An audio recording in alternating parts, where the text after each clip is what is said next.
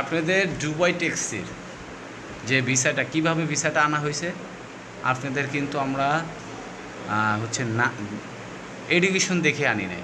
Education মানে পড়াশোনা, এটা সম্পূর্ণ আপনার নিজের দায়, নিজের কিন্তু রেসপন্সিবল নিয়ে আসেন। ওখানে যায়া যদি ইংলিশের কারণে যদি লাইসেন্স 1 বছর 2 বছর 3 বছরও পান না, এরপরে যদি আমাদের এজেন্সি ম্যাটকোকে ধরেন বা যার মাধ্যমে যাচ্ছেন সে কিন্তু দায় না। এগুলো কিন্তু আপনাকে জেনে শুনে আপনাকে পাঠাইছি। আপনি বলেন কথাগুলো, আপনি বলেন আপনি কিভাবে ভিসা আনছেন? ডেলিগেট করতে তো না, নিজের ইচ্ছায়?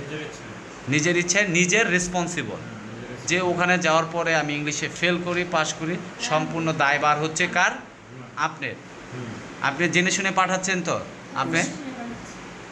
আপনি ইংলিশের এক্সাম এখানে ডেলিগেটে পরীক্ষা দিয়েছেন, ফেল করছেন, আপনিও ফেল করছেন।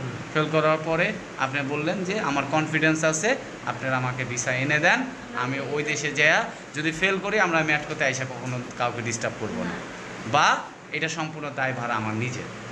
ক্লিয়ার?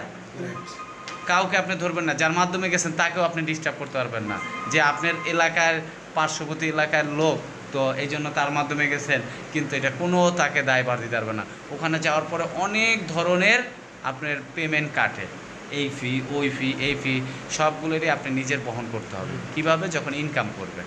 ঠিক আছে?